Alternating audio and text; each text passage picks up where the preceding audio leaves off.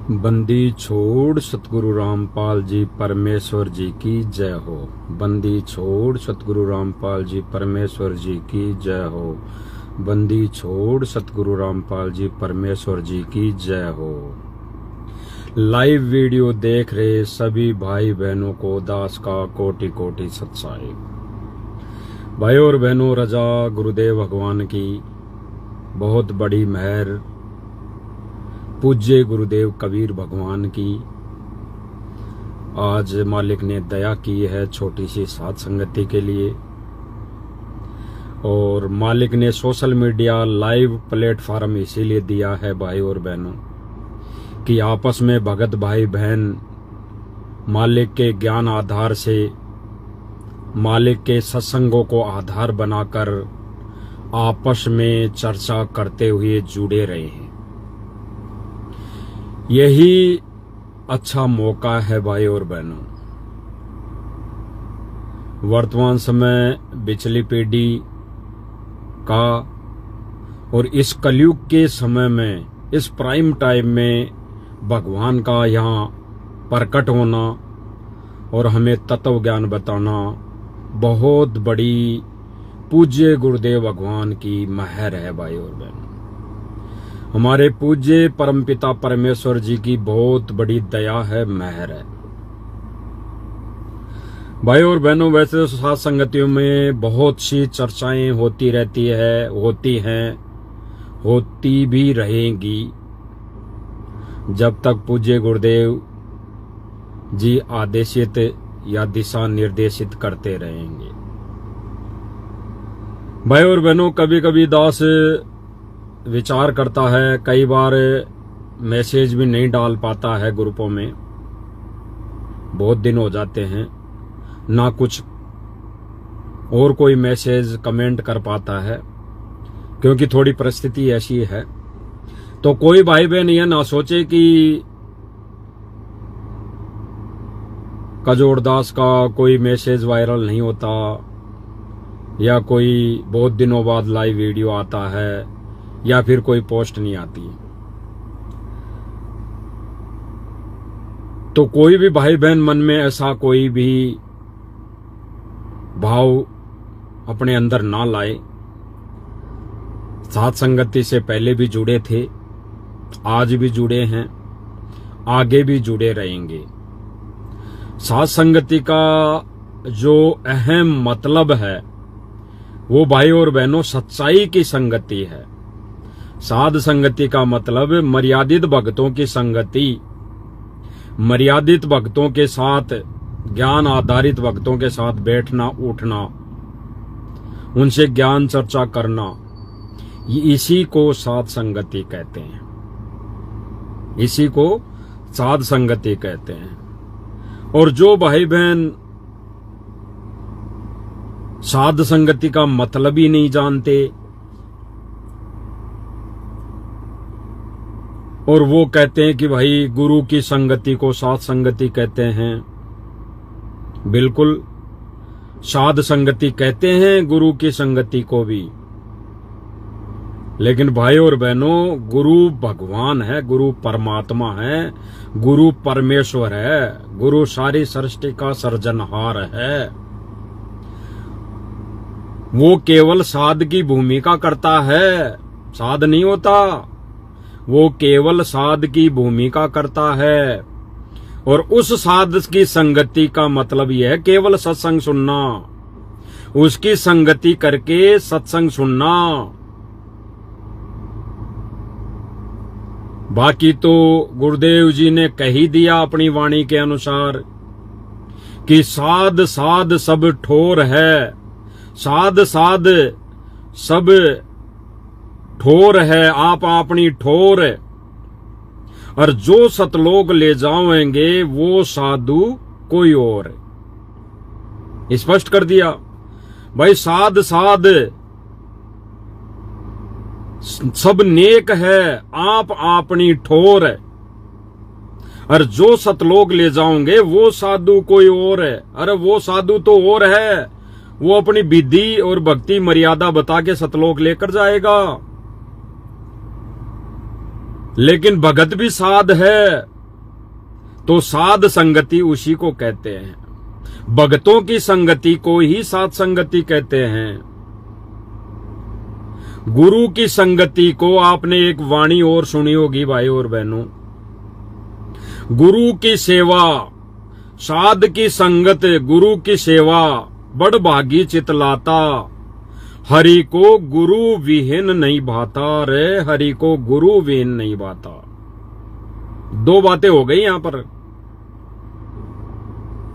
स्पष्ट है। समझदार भाई बहन को संकेत ही बहुत पर्याप्त है, खोल के समझाने की आवश्यकता नहीं है।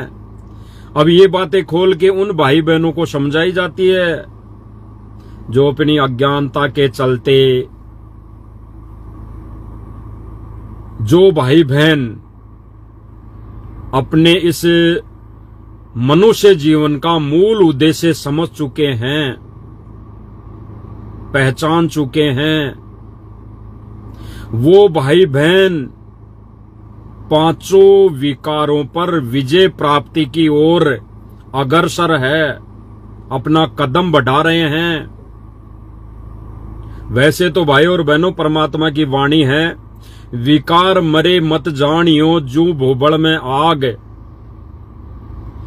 तो गुरुदेव जी ने कहा कि विकार तो मरते दम तक रहेंगे, लेकिन इन विकारों पर ज्ञान से, सत्संग से, आपस में साध संगति से, अच्छे भक्तों की संगति से इन विकारों पर अंकुश लगेगा, रोकथाम लगेगी।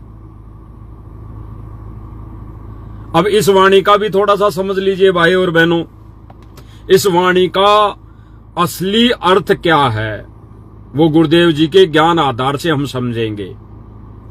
गुरुदेव जी क्या कह रहे हैं कि विकार मरे मत जानियो जू भोबड़ में आग। और गुरुजी ने कहा कि ये विकार मरते दम तक रहेंगे। तो यहां पर भाई और बहनों, साध संगति वाले भाई बहनों को अच्छी तरह समझ में आ गया कि विकार मरे मत जानियो जू भोबड़ में आग। तो गुरुजी ने क्या कहा कि विकार मरते दम तक रहेंगे, खत्म नहीं हो सकते। विकार मरते दम तक रहने का मतलब यह है, मन में कल्पनाएं हो सकती है, मन में कोई भी इच्छाएं हो सकती है। वो इतना अच्छा भगत है, वो इतनी अच्छी भगतमती है, ऐसे विकार विचार उत्पन्न हो सकते हैं। लेकिन ये भी थोड़ी कमजोरी रहेगी उन भाई बहनों के अंदर, वो भी, ये भी कमजोरी रहेगी जो ये भी सोच लेगा, ये भी अपने अंदर विचार लाएगा। तो जू भोबड़ में आ गए, ये वाणी क्या कह रही है कि विकार मरे मत जानियो जू भोबड़ में आ गए। ये विकार मरते दम तक रहेंगे, यानी अपने अंदर भावनाएं प्रकट होती रहेंगी, विचार उत्पन्न होते रहेंगे, भगत अच्छा, भगतमती अच्छी। लेकिन इस ज्ञान से, गुरुदेव भगवान के सत्संग से रोकथाम लगेगी। लेकिन ये विचार और विकार, अंदर विचार आना भी कमजोरी है भाई और बहनों, बहुत बड़ी कमजोरी होगी।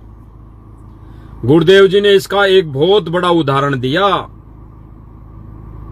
दास को जहां तक ध्यान है, सुखदेव ऋषि का शायद, तो राजा जनक के पास चला गया। सुखदेव ऋषि जी ने कहा कि बैठो ऋषि जी। सुखदेव ऋषि से जनक राजा ने कहा कि बैठो ऋषि जी, मैं नहा धो के आ जाता हूं, फिर आपको उपदेश दूंगा। तो राजा जनक ने एक बहुत बड़ी सुंदर, जो शायद रानी थी, उनकी रानियों में से एक रानी थी, उसको भेज दिया उसके पास में कि जब तक मैं नहा धो के आता हूं तू वहां पर बैठ ऋषि जी के पास। शायद ये कथा यही है, दास को कन्फर्म नहीं है, लेकिन ऐसा ही है, गुरुदेव जी ने बताया। तो वो बहन, यानी वो रानी, आकर सुखदेव जी के पास बैठ जाती है। जो बिछाना बिछा रखा था, जो तख्ता लगा रखा था, उस पर बैठ जाती है। तो सुखदेव ऋषि भग जाता है वहां से भग जाता है, बैठ जाता है दूर जाकर। फिर वो रानी कहती कि क्या हुआ सुखदेव जी? कि नहीं नहीं नहीं, आप मेरे पास में मत बैठो, मेरे मन में, मेरे अंदर ऐसी भावनाएं उत्पन्न होती है। तो फिर सुखदेव ऋषि ने क्या कहा, सुखदेव ऋषि से क्या कहा जनक राजा ने कि भाई ये अगर तेरे पास में आके बैठी थी तो इसको एज ए बहन ट्रीट करता। तेरे मन में एज ए बहन के प्रति जो भाव होते हैं वो अगर तेरे अंदर भाव होता तो तेरे को उठकर भगकर जाने की जरूरत नहीं थी, वहां एकांत में बैठने की जरूरत नहीं थी। तू यहीं बैठता और कहता बहन ज्ञान चर्चा करता। तो तेरे मन में दोष था, तेरे मन में वो कुबद आई। तो ये है विकार भाई और बहनों, विकार मरे मत जानियो, जो भूबल में आ गए। इस विकार की बात है भाई और बहनों, ये वाणी इस विकार पर सिद्ध होती है। बाकी अगर मन में भी आ गया तो वो भी ले डूबेगा भाई और बहनों, वो भी कमजोरी होगी। तो ऐसे ही कुछ एक भाई बहन है जो साध संगति वाले भाई बहन नियम और मर्यादाओं को, एक वो कहते हैं ना कि मल अखाड़ा जीतेंगे युगन युगन के माल। तो गुरुदेव जी ने कहा कि आप युगन युगन के माल हो। इस मल अखाड़े को, इस भक्ति के अखाड़े में आप ही सर्वश्रेष्ठ भगत कहलाओगे, इसको आप ही जीत पाओगे। जीतने का मतलब है कि ये विकार है, इन विकारों पर अंकुश वही भगत भाई बहन लगा पाएंगे जो गुरुदेव जी को प्रथम दृष्टि से कबीर मानेगा, दूसरी दृष्टि से अन्य भाई बहनों को समदर्शी मानेगा। अपने अलावा जितने भी मालिक की आत्माएं हैं, चाहे वो स्त्री रूप में हैं, चाहे वो पुरुष रूप में हैं, उनको भाई बहन की दृष्टि से समदर्शी भाव निभाएगा, वो ही इस गुरुदेव जी के अखाड़े को, इस भक्ति रूपी अखाड़े से पार हो पाएगा। तो कुछ भाई बहन हैं, उनसे फिर हम एक बार इस लाइव के माध्यम से प्रार्थना करेंगे कि उनका नाम लेना उचित नहीं है, क्योंकि जब कोई भाई बहन का नाम लेंगे तो वो भाई बहन फिर आपा खो देगा, अपनी मर्यादा तोड़ लेगा, वो भी फिर लाइव आने लग जाएगा। तो पहले ये एक आधे भाई बहन है जो साथ संगति से जुड़े हुए थे, अब भी जुड़े हुए हैं। अब भी जुड़े होने का मतलब ये है भाई और बहनों, जैसे कई भाई बहन, कुछ एक भाई बहन गुरुदेव जी की लीला को ना समझकर, इस लीला को ना समझकर जो आश्रम में चले गए वर्तमान समय में, वो आश्रम में जाने के बाद भी उनका मन विचलित है, उनकी भावनाएं विचलित है, क्योंकि वो जानते हैं कि भाई आश्रम में आ तो गए, लेकिन यहां पर तो सारे के सारे भगत और कमेटी सेवादार केवल बेगार कर रहे हैं, कोई भक्ति नहीं कर रहा। तो वो भाई बहन उन चीजों से दूर हैं, क्योंकि वो साध संगति के नियमों को अच्छी तरह जानते हैं। तो जाहिर सी बात है वो साध संगति से जुड़े हैं अंदर ही अंदर, लेकिन वो अब ईर्ष्या मान लो या कोई मन में कोई द्वेष मान लो या कोई भी बात मान लो, इस कारण वो वापस से साध संगति वाले भाई बहनों से संपर्क नहीं कर रहे। बाकी वो साध संगत से जो जुड़े हैं, अंदर ही अंदर जुड़े हैं, भले ही वो यहां से चले गए, आश्रम में जाके आ गए, लेकिन वो फिर से अपनी मर्यादा नहीं तोड़ रहे, क्योंकि उन्हें पता है कि राजनीति नहीं करनी है। कहां से सीखा? साध संगति से जुड़ने के बाद। उनको पता है कि माता बहनों ने कोई आभूषण बाहरी आडंबर नहीं करना। कहां से सीखा? साध संगति से। कुछ एक भाई बहन जो कुछ मर्यादाएं हैं, ये वर्तमान समय में जो मुहिम चली हुई है साध संगति में, नो सेक्स वरना नहीं होगा मोक्ष, इसके विषय में कहां से सीखा? साध संगति से। दूर हैं वो भी दूर हैं, तो सीखा कहां से? भक्ति रूपी जो मर्यादाएं हैं, उन मर्यादाओं को उन भाई बहनों ने कहां से सीखा? साध संगति से। साध संगति से सीखा, इसीलिए वो अंदर ही अंदर साध संगति से जुड़े हैं।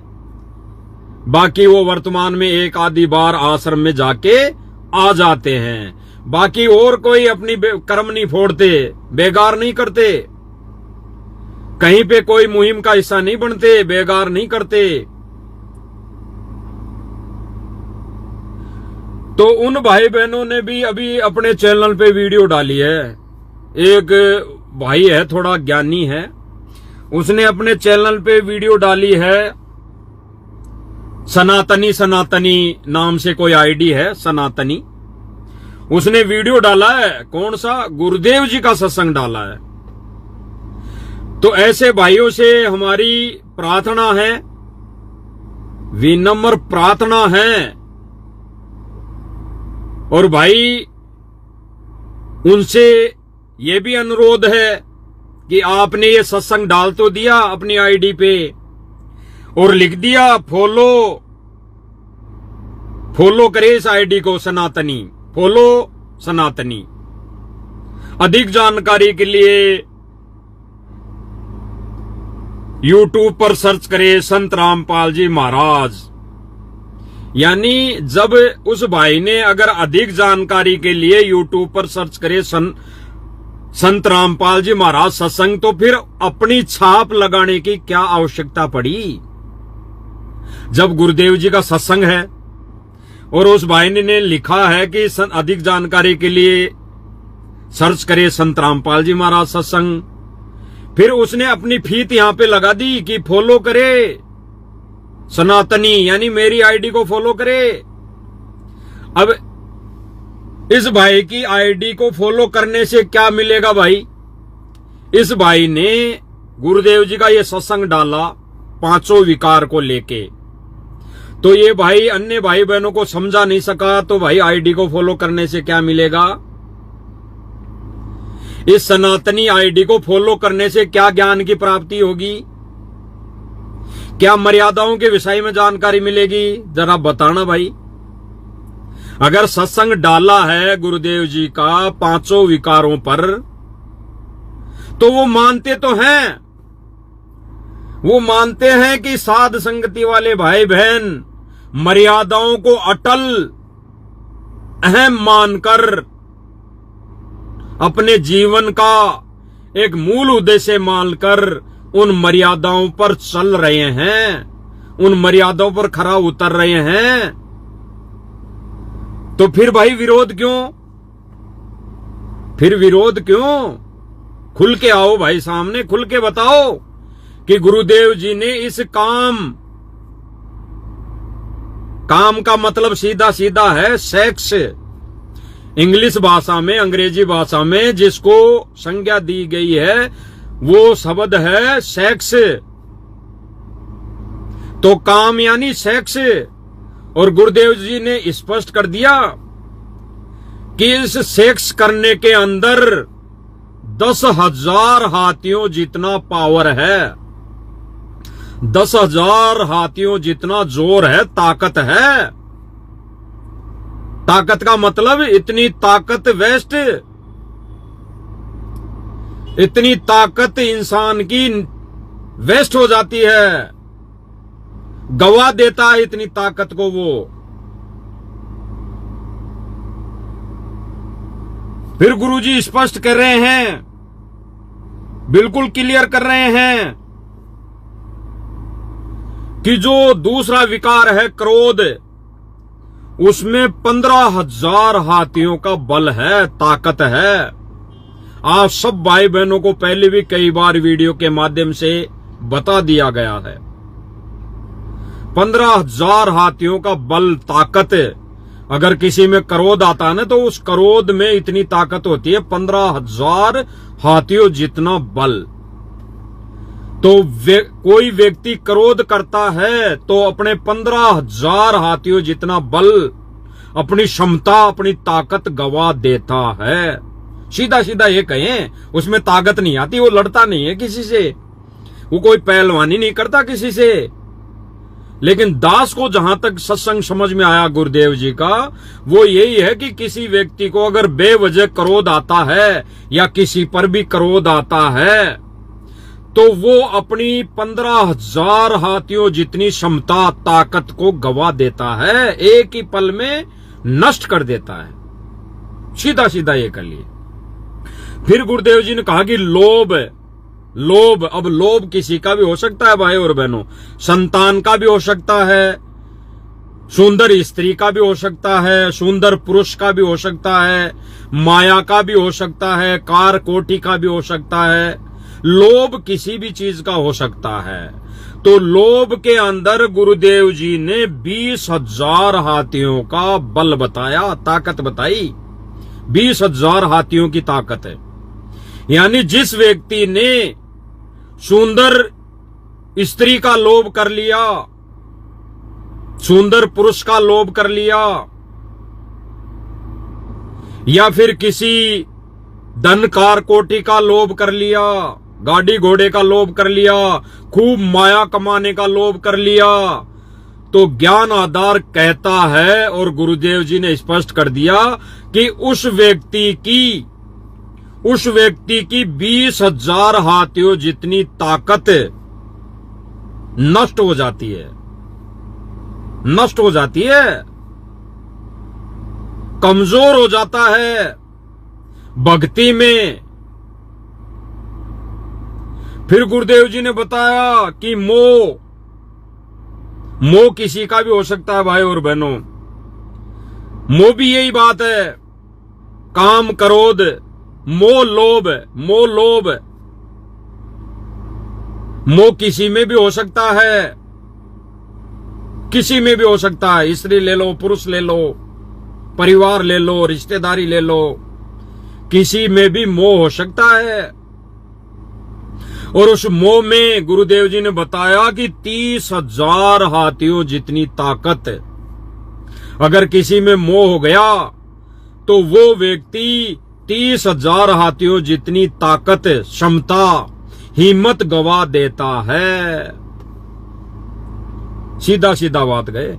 ये सत्संग उस सनातनी भाई ने अपनी आईडी पर डाला है और वो भाई कह रहा है कि मेरी आईडी को फॉलो करे, मैं अच्छा अच्छा ज्ञान बताऊंगा।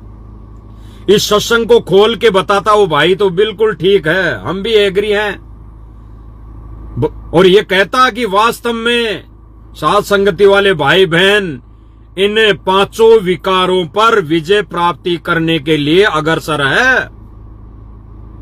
विजय प्राप्त की नहीं है किसी ने, दास नहीं कह रहा कि किसी ने प्राप्त कर ली या कर चुका। वो तो परमात्मा जानता है कि कितनी विजय प्राप्त की है और कितनी विजय प्राप्त हम कर चुके, वो तो परमात्मा जानता है।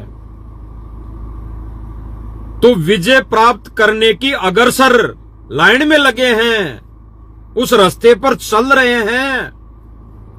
इन पांचों विकारों पर अंकुश लगाने के लिए, रोकथाम लगाने की प्रक्रिया में हम सुचारू रूप से शुरू है, चल रहे हैं।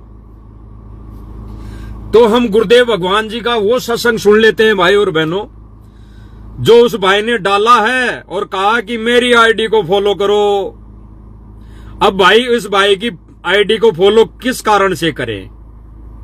क्या ज्ञान मिलेगा इस भाई की आईडी से? ये भाई जानता भी है, मानता भी है और पता भी है कि साध संगति वाले भाई बहन बिल्कुल सही चल रहे हैं, लेकिन फिर भी ये भाई ईर्ष्यावश, राग द्वेषवश ये भाई विरोध करते रहते हैं, बेवजह विरोध करते रहते हैं। तो ये भाई कहीं के ही नहीं रहे, कहीं के ही नहीं रहे। वो कहते हैं ना, एक राजस्थानी भाषा में कहते हैं ना कि धोबी का कुत्ता घाट का न घर का न घाट का। तो वो हालत है भाई और बहनों। अब वो भाई बहन, कुछ एक आधे भाई बहन जो साथ संगति को छोड़कर वहां चले गए, गुरुदेव जी की लीला को ना समझकर वहां चले गए वर्तमान समय में, बाकी तो जाना है, बाकी तो एक दिन ऐसा आएगा, उस दिन सारे भगत भाई बहनों को एक होना है। एक होना, एक मालिक किस हिसाब से करेगा, किस आधार पे करेगा, वो मालिक के ऊपर है, वो हमारे पूज्य गुरुदेव जी के ऊपर है। वो किस बेस पर, किस आधार पर, किस समय पर सबको एक करेगा, वो मालिक जानता है, मालिक करेगा, हमने कोई ठेका नहीं लिया। तो वो भाई बहन छोड़ गए और अब घर के रहे न घाट के, ना वो मकान बनाने की सेवा में जाते, ना वो कोई धर्मशाला बनाने की सेवा में जाते, ना वो कोई विवाह स्थल बनाने की सेवा में जाते, ना वो कोई क्रिकेट स्टेडियम या और कोई स्टेडियम बनाने की सेवा में जाते, कहीं नहीं जाते। उनको पता है मर्यादा टूटेगी, लेकिन कहीं न कहीं उनके अंदर राग द्वेष है भाई और बहनों, राग द्वेष। तो इस राग द्वेष की वजह से वो अंगुली उठाते रहते हैं। ओ साथ संगति वालों ने तो स्त्री को बहन बना लिया है, औरत को बहन बना लिया है। अरे तो क्या हो गया? ये तो गुरुदेव जी ने कहा है कि आने वाले समय में तो अपनी पत्नी को भी लोग बहन कहा कहेंगे, बहन बोला करेंगे। और जब बहन बोल दिया, अरे बहन बोल दिया तो बहन के प्रति क्या भाव होंगे? थोड़े ये भी विचार कर लो। जब बहन बोल दिया तो बहन के प्रति क्या विचार होंगे? भूल गए क्या सृष्टि रचना? भूल गए क्या सृष्टि रचना? जब हम एक पिता की संतान हैं, और सीधी सी बात यूं कह लीजिए कि एक गुरु के चेले हैं, दास भी एक गुरु का चेला है, और सांसारिक तौर पर जो पत्नी थी वो भी एक गुरु की चेली है। तो भाई एक ही गुरु के शिष्य क्या हुए? थोड़ा इस पर जोर डालो, थोड़ा बुद्धि विवेक लगाओ सनातनी जी, या और कोई भाई बहन जो ये डाल देते हैं छोटी छोटी वीडियो। तो इस पर बुद्धि विवेक लगाओ कि एक गुरु के शिष्य, एक गुरु के चेला चेली तो क्या हुए? और गुरुजी ने क्या कहा? काशी गोत्रा, काशी गोत्री पंडित साका लाया, इस तत्व वेद का कोई तत्व ज्ञाता जाने, तू बहन ब्याकर घर में लाया। क्या है ये वाणी, क्या कह रही है? अरे 21 ब्रह्मांड का स्वामी भाई और बहनों, बहन को ब्याह कर ही तो लाया था। अगर सीधा सीधा ये कहें हम राजस्थानी भाषा में, उस सृष्टि रचना को हम थोड़ा सा उस आधार से समझें कि जो 21 ब्रह्मांड का स्वामी है ज्योति निरंजन, वो अपनी बहन को ही तो ब्याह कर लाया था। अपनी बहन को ही तो भगा कर लाया था, सीधा सीधा यूं कह लीजिए। बहन से ही सो शादी की थी, अरे वही कर्म वही बेड़ी हमारे लगा दी। अरे वही तो कर्म हमारे ऊपर लागू करती है। और फिर गुरुदेव जी ने कहा कि भाई तू हंसा भाई, मेरे हंसा भाई, जब तू सतलोक से आया तब तू हंस रूप में आया था, हंस रूप में, और जब तू सतलोक जाएगा तो हंस रूप में ही जाएगा। तो भाई सतलोक में तो अविकारी हंस आत्माएं थी, कोई विकार नहीं था, तो हंस रूप में आए। और गुरुजी ने कहा कि हंस रूप को ही, हंस रूप ही बन के ऊपर जाएगा। तो ये नादान भाई बहन विरोध भी करते हैं अज्ञानतावश, और मानते भी हैं कि बिल्कुल बात सही भी है। थोड़ा सत्संग सुन लेते हैं भाई और बहनों हम गुरुदेव जी के मुख कमल से, जो ये सत्संग इस सनातनी ने अपनी आईडी पर डाल रखा है और कह रहा है कि मेरी आईडी से जुड़ो। अब इसकी आईडी से जुड़ के क्या ज्ञान मिलेगा भाई? ये सत्संग तो हमने सुन लिया लाखों बार, और लाखों बार सुन के ही तो हम इस कदम पर इस गुरुदेव भगवान के अनमोल वचन को फॉलो कर रहे हैं।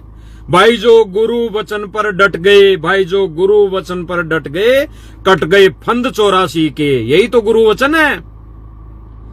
गुरु कल को कह दे कि शराब पी ले बेटा, मांस खा ले बेटा, तो क्या खा लेंगे? ये थोड़ी है गुरु वचन, ये थोड़ी है गुरु वचन,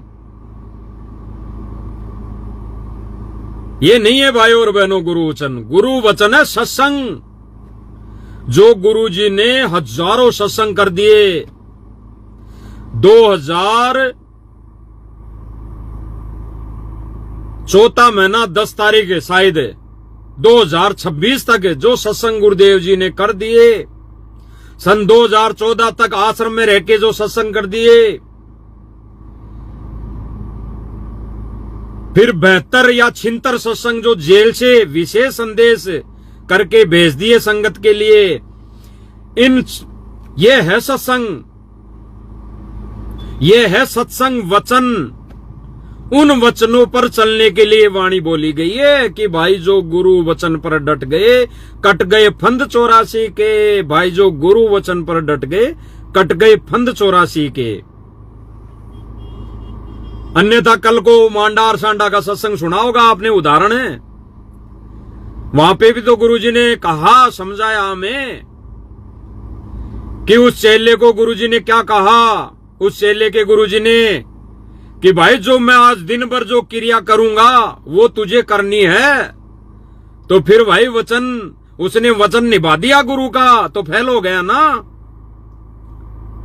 आज हमारे को गुरुदेव जी क्या कहते हैं, उनका सत्संग रूपी वचन क्या है कि बीड़ी पीने वाले को माचिस भी नहीं देनी।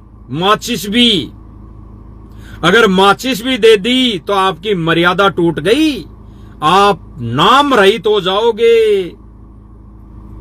और आज गुरु ही सामने आकर आदेश दे दे कि भाई माचिस पकड़ा दे, वो बीड़ी पिएगा, तो क्या करोगे? सिर में 5 जूते मारने वाला उदाहरण काफी है। इसको जो समझ गया वो इसको भी समझ जाएगा कि आज हमारा गुरु सामने आकर ये कह दे कि वो फलाना आदमी, वो सामने व्यक्ति बीड़ी पिएगा, उसको माचिस दे के आ, तो फिर कैसे इस पर खरे उतरोगे? इस परीक्षा में कैसे पास होगे? गुरु का वचन नहीं माना तो कहां जाओगे? और गुरु का वचन मान लिया और उसको माचिस ले जाके दे दी बीड़ी पीने वालों को, और वो बीड़ी सिलका के पी लिया, तो फिर कहां जाओगे? देख लेना, अपने आप को टटोल लेना। तो भाई और बहनों सीधा सीधा यूं कहे कि गुरु वचन सत्संग है, इसके अलावा मुख जबानी जो भी गुरुदेव जी आदेश देंगे वो हमारी बुद्धि और विवेक पर निर्भर करता है, वो हमारी परीक्षा है। सीधा सीधा यूं कहे वो हमारी परीक्षा है। तो इस भाई ने सत्संग डालना, सुन लो। संतान उत्पत्ति होती है जिस उसको काम कहते हैं, सेक्स जिसे कहते हैं। संतान उत्पत्ति होती है जिस, उसको काम कहते हैं, सेक्स जिसे कहते हैं। इसमें 10,000 हाथियों। थोड़ा सा आपको दिखा देता हूं, भाई की फोटो भी लगी है और इसने खूब अच्छा खासा बड़ा सारा लिख के डाल रखा है, तो सुन लीजिए। संतान उत्पत्ति होती है जिस, उसको काम कहते हैं, सेक्स जिसे कहते हैं। इसमें 10,000 हाथियों जितनी ताकत है, 10,000 एलिफेंट पावर। और फिर उसके बाद क्रोध, इसमें 15,000 हाथियों जितनी ताकत है। और फिर काम, क्रोध, लोभ, इसमें 20,000 हाथियों जितनी शक्ति है। और मोह के अंदर 30,000 हाथियों की शक्ति है। इतना है हमारे अंदर। ये 5 कैप्सूल दे रखे हैं हमारे अंदर काल ने, ये 5 इंजेक्शन लगा रखे हैं जो समय समय पर जीव को नचाती रहती है। ये जीव के बस का नहीं है, ये तो सतगुरु कबीर भगवान जिनसे ऊपर की शक्ति है, उसकी साधना से विकार नॉर्मल होते हैं, उस सत्य नाम के सिमरन से ये नॉर्मलाइज होते हैं। नहीं तो आम जीव को झूठी छुट्टी साधना करके चाहे मैं इनको खत्म कर लूं, कभी नहीं होगा। ये प्रमाण मैं इसलिए दे रहा हूं, इसमें कई आपको प्रश्न आपके सुलझेंगे। समझ में आया होगा भाई और बहनों, ये सत्संग गुरुदेव जी के मुख कमल से। गुरुदेव जी ने 5 विकारों के विषय में कह दिया कि इनमें कितने हाथियों जितनी ताकत है वो जीव यानी मनुष्यधारी प्राणी गवा देता है। 5 विकारों में जिस विकार में उलझ गया, जिस विकार को अपने अंदर धारण कर लिया, उसी विकार के अंदर इतने हाथियों जितना, अगर काम में उलझ गया, सीधा सीधा यूं कहे कि वो व्यक्ति अगर मनुष्यधारी प्राणी सेक्स में उलझ गया, भोग में उलझ गया, तो 10,000 हाथियों जितनी ताकत गवा देता है। भक्ति का सत्यानाश, मर्यादा का सत्यानाश। ठीक इसी प्रकार अन्य विकार है भाई और बहनों, जिसमें अंत तक 30,000 हाथियों जितनी ताकत गवा देता है मनुष्य प्राणी। तो गुरुदेव जी अंत में क्या कह रहे हैं कि ये 5 विकार कालने लगा रखे हैं, कालने। और कई भाई बहन कहते हैं कि गुरुजी ने कहा कि रमेणी कर लो, हैं, रमेणी भी करो, सृष्टि ऐसे ही चलेगी। कहां कहा गुरुजी ने? अरे गुरुजी ने ऐसे भक्तों के लिए बोली है जो रह नहीं पाते, इस 5 विकार पर विजय प्राप्त करने की वो सोचते नहीं, ठानते नहीं, मन में धारणा नहीं बनाते। ऐसे भक्तों के विषय के लिए, ऐसे भक्तों के बारे में गुरुजी ने कहा है जो पार नहीं होंगे, जो इसी व्यवस्था में उलझ पुलझ कर रह जाएंगे, आगे मनुष्य जीवन चाहेंगे, मौज मस्ती करेंगे, उनके लिए गुरुजी ने कहा है। रमेणी के लिए गुरुजी ने क्या कहा कि ये 5 विकार कालने लगाए, कालने। परमात्मा ने नहीं लगाए, गुरुजी ने नहीं लगाए ये विकार। गुरुजी ने तो हंस रूप में भेजा था, हंस रूप में सतलोक से। और गुरुजी यही कह रहे हैं कि हंस बनेगा तो ही सतलोक जाएगा। और ये भाई कहते हैं कि ये जो वाणी बोली है कि डेरे डांडे खुश रहे ले मौज हैं, दुरु प्रहलाद उतर गए तो डेरे में क्या दोष। यही कहते हैं ना, ये कई भाई बहन आके यूट्यूब पर ऐसे फेंक जाते हैं इस वाणी को और ऐसे चले जाते हैं। इस वाणी को भी समझ नहीं पाए वो कि डेरे डांडे खुश रहे। गुरुजी ने एक उदाहरण दिया सत्संग के माध्यम से कि डेरे डांडे खुश रहने का मतलब यह नहीं कि शादी करे या शादी कर ली तो बच्चे पैदा करें, ये डेरा डांडा ये नहीं है। अरे बिना शादी के भी भक्ति करे, आश्रम में नहीं रहे, अन्य भगत भाई बहनों की सेवा करे, वो भी डेरा है, वो भी डेरा है, वो भी परिवार है। तो उसमें भी खुश रहा जा सकता है। अपने आत्म कल्याण के लिए ऐसे व्यक्ति, ऐसे भगत, ऐसे उसमें भी खुश रहा जा सकता है। वो भी डेरा है उस भगत के लिए। उस भगत के लिए वास्तव में सच्चा डेरा वही है। ये घर परिवार असली डेरा नहीं है। जिस डेरे की वो बात कर रहे हैं गुरुजी ने कह दिया। और गुरुजी ने कहा, क्या कहा एक सत्संग में, गुरुदेव जी ने क्या कहा कि मैं हर पहलू पर संकेत करूंगा, इशारा करूंगा। समझदार भाई बहन को यानी समझदार भगत को वो संकेत ही बहुत है। तो गुरुजी ने संकेत कर दिया ना कि यहां पर कुछ भगत बिना शादी वाले भी आश्रम में रहते हैं, जिन्होंने शादी नहीं करवाई, और यहां वो सेवा करते हैं आपस में भगत भाई बहनों की, तो वो भी परिवार है, वो भी डेरा है। तो असली डेरा वो है, ना कि शादी कर ली फिर परिवार जनसंख्या बढ़ाए जा रहे हैं, 4-5 बच्चे पैदा कर लिए और कह रहे हैं कि डेरे डांडे खुश रहे। किस वाणी को कहां फिट कर रहे हो? ये वाणी यहां फिट नहीं होती। हंस के ऊपर ये वाणी फिट नहीं होती। दुरु प्रहलाद हंस नहीं थे बने, दुरु प्रहलाद हंस नहीं बने। अगर हंस बन जाते तो कब के सतलोक चले जाते। गुरुजी का सत्संग भूल गए क्या? गुरुजी ने क्या कहा कि दुरु प्रहलाद भी अब पार होंगे, अब आएंगे वो फिर से वो भक्ति करेंगे पूरा कोर्स, और फिर अगर भक्ति मर्यादा में रह के करेंगे तो पार होंगे, नहीं फिर भी अटकेंगे। तो दुरु प्रहलाद कोई पार नहीं हुआ, और दुरु प्रहलाद डेरा डांडा में रह के पार हो ही नहीं सकता। कोई भी जीव डेरे डांडे में रहकर पार नहीं हो सकता। डेरे डांडे में रहने का मतलब है इन 5 विकारों से दूर रहकर घर परिवार में, घर गृहस्थी में अपना जीवन व्याप्त करना, अपना जीवन निर्वाह करना, उसको डेरा डांडा कहते हैं। ये स्त्री भोग में या फिर रमणी के चक्कर में पड़े रहने को डेरा डांडा नहीं कहते, इसको डेरा डांडा नहीं कहते। संत भाषा में डेरा डांडा उसको कहते हैं जिन्होंने 5 विकार से दूर रहने की ठान ली या कोशिश कर रहा है, वो है असली डेरा डांडा। चाहे वो घर है, चाहे वो फिर कोई आश्रम है जहां पर गुरुदेव जी है, असली डेरा डांडा वो है। अन्यथा स्त्री भोग करते रहो, गुरुजी के चरणों में सेवा लगाते रहो, गुरुजी से आशीर्वाद लेते रहो, हैं, जगह जगह डले ढोते रहो, बेगार करते रहो, असली डेरा कभी नहीं बन सकता। असली डेरा कभी नहीं बन सकता। इसीलिए तो गुरुदेव जी ने क्या कहा इस वाणी में, खुसरे लेने मौज।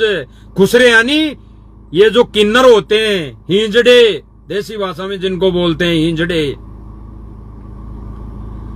ये गुरुजी ने क्या कहा क्योंकि अगर ऐसी बात है तो ये हिंजड़े अगर गुरुजी की शरण में आ जाए तो एक ही झटके में इसी जन्म में वो पार हो जाएं, क्योंकि इनमें कोई भी विकार नहीं है।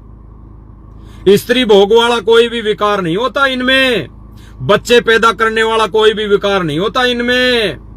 इसीलिए गुरुदेव जी कह रहे हैं कि ये कुसरे, ये हिंजड़े अगर गुरुजी की शरण में आ जाए तो इसी जन्म में उनका मोक्ष हो सकता है, इसी जन्म में, ये संकेत है।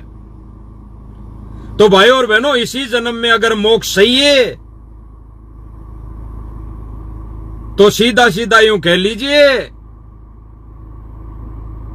कि 5 विकारों को त्यागना पड़ेगा। सतगुरु से प्रार्थना करके इस प्रक्रिया में कोशिश 100% जारी रखनी पड़ेगी। तो ये भाई सत्संग डाल देते हैं छोटा सा और क्यों कहते हैं मेरी आईडी से जुड़ो, यहां पर ज्ञान है। ज्ञान क्या? ये सत्संग तो सुन लिए, इस सत्संग को समझना ज्ञान है। सत्संग को डाल देने मात्र से ज्ञान नहीं है, सत्संग को समझना ज्ञान है। उस पर विवेक बुद्धि लगाना ज्ञान है, उस पर अमल करना ज्ञान है। तो ये भाई बहन जानते तो हैं कि साथ संगति वाले भाई बहन बिल्कुल सही हैं, लेकिन फिर भी पता नहीं क्या राग द्वेष है। ज्यादा बड़ी बात भी नहीं है, छोटी सी बात को लेकर ये ईर्ष्या में है। तो तो ये इनसे प्रार्थना है फिर हमारी इस लाइव के माध्यम से कि भाई और बहनों, समय रहते थोड़ा विचार कर लीजिए, अन्यथा गुरुदेव भगवान ने छूट दे दी है, अन्यथा पूज्य गुरुदेव जी ने सबको छूट दे दी है। कुछ भी करो, कुछ भी करो, आश्रम में जो मर्जी आ जाओ, ले जाओ, कोई मना नहीं है। भाई और बहनों, वो जो गुरुदेव जी ने सत्संग में कहा था ना कि अब है भक्ति का प्राइम टाइम, वरना आने वाले समय में तो टोल के टोल आएंगे और झूठी महिमा करेंगे। छोटा सा एक उदाहरण बता देते हैं आपको, टोल के टोल और झूठी महिमा का देख लीजिए। एक बार गुरु जी के दर्शन करने धनाना धाम जाइयो रे।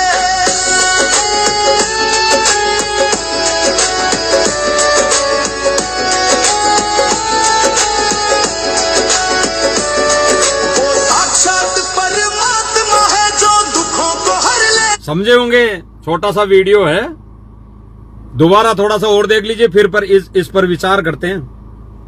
एक बार गुरु जी के दर्शन करने धनाना धाम जाइयो रे।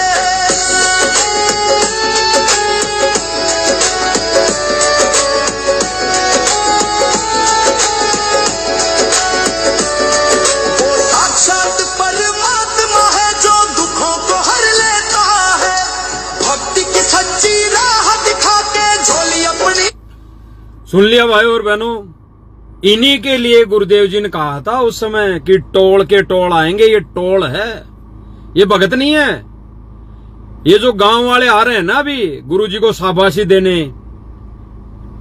गुरु जी को शाबाशी देने आ रहे हैं वो, तो वो लोग हैं टोल के टोल। ये भले ही हमारी माता बहनें हैं, लेकिन गुरुजी के ज्ञान आधार से ये टोल है, टोल, टोल के टोल। दिखाई दिया ना आपको वीडियो में भाई और बहनों, सैकड़ों माता बहनें आ रही हैं गुरुजी को शाबाशी देने की। गुरुजी ने बहुत अच्छा काम कर दिया, गुरुजी हमारे तो खेतों से पानी निकाल दिया, बहुत अच्छा काम कर दिया, हमारे लिए तो आप भगवान हो, भगवान से बढ़कर हो, हैं, आपको भगवान ने इसीलिए भेजा है। तो टोल के टोल ये झूठी महिमा है।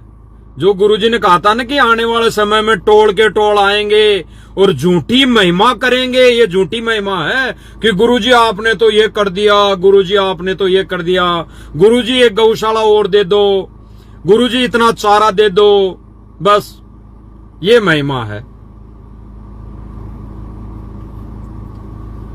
तो भाई और बहनों, ये विचार करने की बातें हैं। एक आधा भाई बहन है जो ऐसे छोटे छोटे सत्संग डालकर समझ नहीं पाते हैं, और बाकी अन्य जो भाई बहन है साथ संगति से जुड़े हुए हैं, जो इन पांचों विकारों पर विजय प्राप्त करने के अग्रसर है, उस लाइन में लगे हैं, उन पर अंगुली उठा देते हैं। अंगुली उठाते हुए उनको शर्म नहीं आती। और साथ संगति वाले भाई बहन हंसते खेलते दिन रात सेवा में लगे हैं, दिन रात सेवा में लगे, कोई फर्क नहीं पड़ता। चाहे बूंडा कहो, चाहे गुंडा कहो, चाहे बूंडी कहो, चाहे गुंडी कहो, हमारी सूरत राम में लागी। हमारे को जो मर्जी कहो, हमारी सूरत तो राम में लग गई, हमारे गुरु में लग गई। क्योंकि साथ संगति वाले भाई बहनों ने अपने गुरु को ही राम मान लिया, अपने गुरु को ही आदि राम, वो कबीर परमात्मा मान लिया। तो ये जो भाई बहन है छोटे छोटे बीच में इनके आ जाते हैं और फिर कहते हैं कि हमारे चैनल को फॉलो करो। तो फॉलो किस कारण से करें, थोड़ा बहुत बताओ भाई। प्रार्थना है, और इसके साथ साथ प्रार्थना है आप साथ संगति के नियमों को मानते भी हो, लेकिन फॉलो करने से डरते हो। आपका ये काम छूट नहीं सकता, आदि हो। आपका ये क्रोध छूट नहीं सकता, आदि हो। आपका ये मोह छूट नहीं सकता, आदि हो। आपका ये लोभ छूट नहीं सकता, क्योंकि आदि बन चुके हो। तो भाई जैसी संगति वैसी रंगति। जैसी संगत करोगे वैसी रंगत, वैसा ही असर होगा, वैसा ही रंग छटेगा। साध संगति वाले भाई बहन यानी अच्छे भगत, ज्ञान आधारी भगत, भक्तों की संगति करोगे तो भाई इन विकारों की जानकारी मिलेगी कि इन विकारों के माध्यम से हमारी कितनी शक्ति नष्ट होती है, हम कितने कमजोर हो जाते हैं भक्ति मार्ग पर, वो जानकारी मिलेगी। एक अच्छे भगत बनने की प्रक्रिया शुरू होगी। और जो भाई बहन ये छोड़ नहीं पाते, आदी हो चुके हैं, वो भाई बहनों को ऐसे मन में क्रोध आता है, ऐसे गुस्सा आ जाता है कई भाई बहनों को तो। और गुरुजी ने कब कह दिया कि शादी नहीं करनी, रमेणी नहीं करनी? गुरुजी ने कब कह दिया बच्चे पैदा नहीं करना? गुरुजी ने कब कहा? गुरुजी तो खुद रमेणी करवाते थे। अरे जब काल सृष्टि रचना सुनी होगी, गुरुजी ने चला के कब की थी काल की शादी? चला के कब की थी कि बेटा ले तेरी शादी कर देता हूं, तू सृष्टि बना, सृष्टि रच? सुना ऐसा सृष्टि रचना में? कभी गुरुजी के मुख से सुना कि गुरुजी ने काल को सतलोक में ये कहा हो कि बेटा ये ले तेरी स्त्री इस दुर्गा को पकड़ और सृष्टि रच? कहा कभी? अरे जब बच्चा बाप के सामने जिद कर लेता है किसी चीज की, तो बाप को करनी पड़ती है, मजबूरी में करनी पड़ती है। उदाहरण नहीं सुना? जब बच्चा छोटा होता है तो बच्चा कहता है कि पापा मुझे तो ये झुनझुना चाहिए, झुनझुना चाहिए खेलने के लिए, तो बाप लाके देता है, बाप को लाके देना पड़ता है, मजबूरी हो जाती है। और फिर गुरुदेव जी ने एक सत्संग में ये भी बताया कि जब बच्चा सियाना हो जाता है, बड़ा हो जाता है, और वो गलतियों से बाज नहीं आता है, काम धंधा नहीं करता है, हैं? चोरी ठगी करने लग जाता है, उल्टे काम करने लग जाता है, तो गुरुजी ने क्या कहा? बाप उस बेटे की शादी कर देता है, बाप उस बेटे की शादी कर देता है। फिर वो बेटा उसी शादी होने के बाद उलझ पुलझ हो जाता है। कभी बच्चे पैदा कर लिए तो उनके लिए कमाना, फिर वो कमाई में लग जाता है, उल्टे काम छोड़ देता है। तो ऐसा जो गुरुजी रमेणी करवा रहे हैं ना, तो जो मोक्ष के अधिकारी नहीं है, इस समय मोक्ष प्राप्ति नहीं कर पाएंगे, उनको गुरुजी झुनझुना पकड़ा रहे हैं। ये भोग भोगने के लिए छोड़ के जा रहे हैं गुरुजी, भोगते रहना। और जिनको मोक्ष चाहिए इसी जन्म में, उनसे परमात्मा पांचों विकारों पर विजय प्राप्ति की लाइन में लगा रहे हैं परमात्मा सबको धीरे धीरे। और साध संगति में ऐसे ऐसे भाई बहन निखर के आ रहे हैं, निकल के आ रहे हैं, निखर के आ रहे हैं, हंसते कूदते आ रहे हैं कि भगत जी मेरा पोस्टर बनाओ, मैं भी विकारों से दूर हूं, मैंने भी छोड़ दिया, मुझे भी मोक्ष चाहिए इसी जन्म में। और एक नादान भाई बहन कहते हैं कि ओ हमें तो चाहिए शादी, अरे हम तो करेंगे ऐसा काम कुकर्म, हम तो करेंगे कुकर्म। काल ने कुकर्म किया था, कुकर्म। अन्यथा गुरुदेव जी ने क्या कहा सृष्टि रचना में, आपने सुना होगा।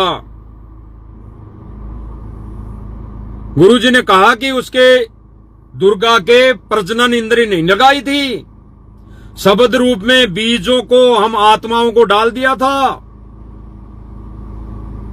फिर काल ने जबरदस्ती की,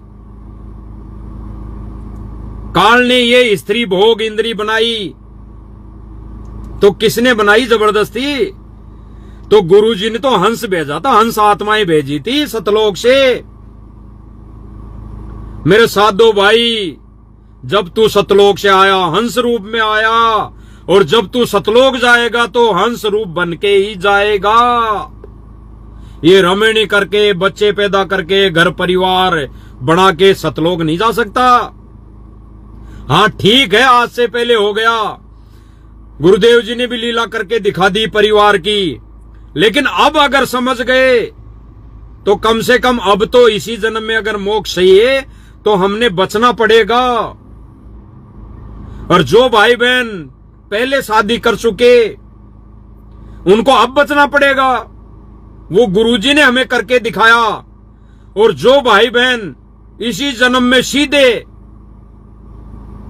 मोक्ष प्राप्ति की इच्छा रखते हैं, वो भाई बहन रमेणी से दूर रहेंगे। क्या फायदा फिर? तो भाई और बहनों, जो भाई बहन ऐसा सोचते हैं तो उनसे हमारी प्रार्थना है कि कुछ नहीं पड़ा, छोड़ो राग और द्वेष। अब छोड़ो द्वेष और राग, या उम्र बतेरी जाली। तो भाई और बहनों, इन पांचों विकारों पर विजय प्राप्त करने की लाइन में लग जाओ समय रहते। इसी जन्म में अगर मोक्ष चाहिए तो पांचों विकारों पर विजय प्राप्त करने के लिए लाइन में लग जाओ। और लाइन कौन सी? एक ही लाइन है, साध संगति। साध संगति वो लाइन है जो पांचों विकारों पर विजय दिला सकती है। और ये गुरुदेव भगवान का, ये गुरुदेव जी कबीर भगवान का असली गुप्त मिशन है, असली गुप्त मिशन। तीसरे झटके में ये गुप्त मिशन निखर के बाहर आ जाएगा। तीसरा जो झटका गुरुदेव जी ने बताया ना, उस तीसरे झटके में ये गुप्त मिशन निखर के बाहर आएगा। आंखें फटी की फटी रह जाएगी। काल इस झटके को ओट नहीं पाएगा। काल का मतलब ये है भाई और बहनों कि 64 लाख फैल हुए थे ना, 64 लाख, वो सारे के सारे काल के अधीन हो गए थे। ओट नहीं पाए उस झटके को, गुरुदेव जी की लीला को समझ नहीं पाए। वही हालत अब होनी है। तो भाई और बहनों, मालिक की दया से छोटी सी साथ संगति थी। मालिक की दया से फिर कभी मालिक दया करेंगे तो फिर छोटी सी साथ संगति में हाजिर रहेंगे। तो हम तो गुरुदेव जी के शुक्रगुजार हैं, उनके बांधे हुए कुत्ते हैं जो इस सोशल मीडिया के माध्यम से हम आप धनी भाइयों को जगा रहे हैं, संदेशा दे रहे हैं, देते रहेंगे जब तक गुरुदेव जी की कृपा दृष्टि बनी रहेगी। तो भाई और बहनों, समय रहते साध संगति यानी अच्छे भक्तों की संगति में जुड़ने का प्रयास कर लीजिए, या यूं कह लीजिए कि साध संगति वाले भाई बहनों के जो गुरुदेव जी ने नियम लागू किए हैं, उन नियमों को समझकर नियमों पर चलने का प्रयास कर लीजिए। ये समय रहते बात हो रही है। उन भाई बहनों को फिर से हम हाथ जोड़ के प्रार्थना कर रहे हैं। हम ये नहीं करेंगे साथ संगति से जुड़ो, आ जाओ यहां पर भीड़ इकट्ठा कर लो या कोई पंथ चलेगा ना। हम केवल हमारे भाई बहनों को ये इस संदेश के माध्यम से प्रार्थना कर रहे हैं। क्योंकि भाई और बहनों, अगर कोई बच्चा मतलब ज्ञान में कमजोर, उसको बच्चा कहते हैं, तो ज्ञान में कमजोर बच्चा भाई बहन गलत दिशा पकड़ चुका तो समझाने का फर्ज हमारा बनता है।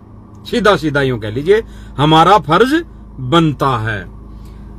तो भाई और बहनों, छोटी सी साथ संगति थी मालिक की दया से। आगे कभी गुरुदेव जी दया करेंगे तो फिर से लाइव के माध्यम से हम भाई बहन छोटी सी साथ संगति में हाजिर रहेंगे। तब तक हम हमारे पूज्य गुरुदेव जी से आज्ञा लेते हैं और भीख मांगते हैं कि परमात्मा भक्ति भाव देना और ऐसे ही छोटी मोटी सेवा हमारी झोली में भी डालते रहना, ताकि हम भी आपके वचन को और सत्संग को आधार बनाकर खरे उतर सके। बंदी छोड़ सतगुरु रामपाल जी परमेश्वर जी की जय हो।